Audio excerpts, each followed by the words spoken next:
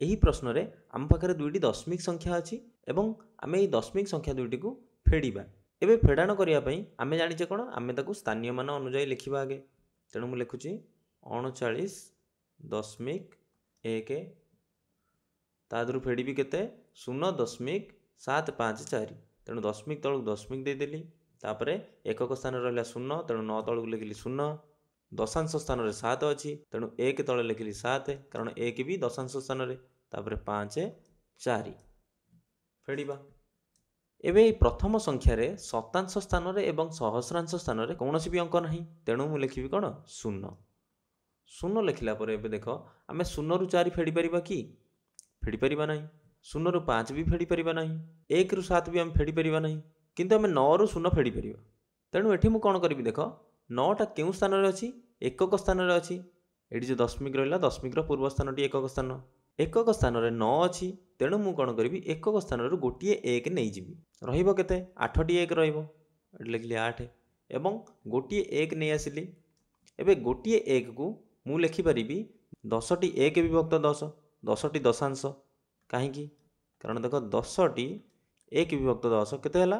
10ରେ 10 କଟିଗଲେ କେତେ ହେବ? 1 ହେବ। ବୁଝିପାରିଲ? ତେଣୁ ଗୋଟିଏ ଏକକ ଯାହା, 10ଟି ଦଶାଂଶ ସେଇଆ। ଏବେ ଆମ ପାଖରେ କେତୋଟି ଦଶାଂଶ ଆସିଗଲା? 10ଟି ଦଶାଂଶ, ଏବଂ ଦଶାଂଶ ସ୍ଥାନରେ ଦେଖ 1 ଥିଲା, ଅର୍ଥାତ୍ ଗୋଟିଏ ଦଶାଂଶ ଥିଲା। ତେଣୁ କେତୋଟି ଦଶାଂଶ ହେଲା? ଗୋଟିଏ ଦଶାଂଶ ଏବଂ 10ଟି ଦଶାଂଶ। ଏଠି ହେଲା 11ଟି ଦଶାଂଶ ହୋଇଗଲା। ଏବେ 11ଟି ଦଶାଂଶରୁ ମୁଁ କ'ଣ କରିବି, ଗୋଟିଏ ଦଶାଂଶ ନେଇଯିବି।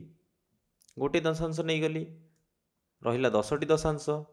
ଏବେ ମୁଁ ଯେଉଁ ଗୋଟିଏ ଦଶାଂଶ ଆଣିଛି, ମୁଁ ଗୋଟିଏ ଦଶାଂଶ ଜାଗାରେ ଲେଖିପାରିବି 10ଟି ଶତାଂଶ।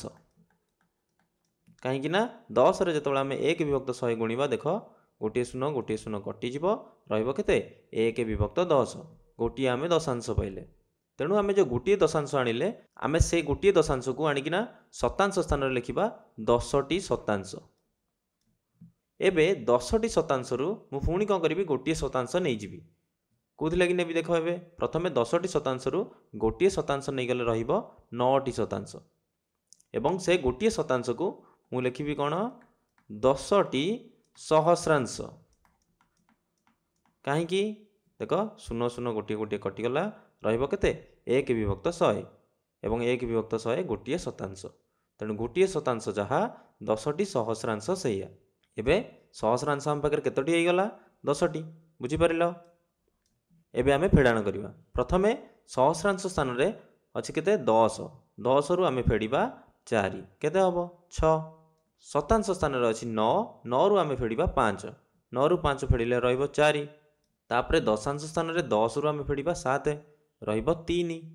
ଦଶମିକ 8ରୁ ଆମେ 0 ଫେଡ଼ିବା, ରହିବ 8, ଏବଂ 3ରୁ ଆମେ ଫେଡ଼ିବା କେତେ? 0, କାରଣ କୌଣସି ବି ଅଙ୍କ ନାହିଁ ଏଠି।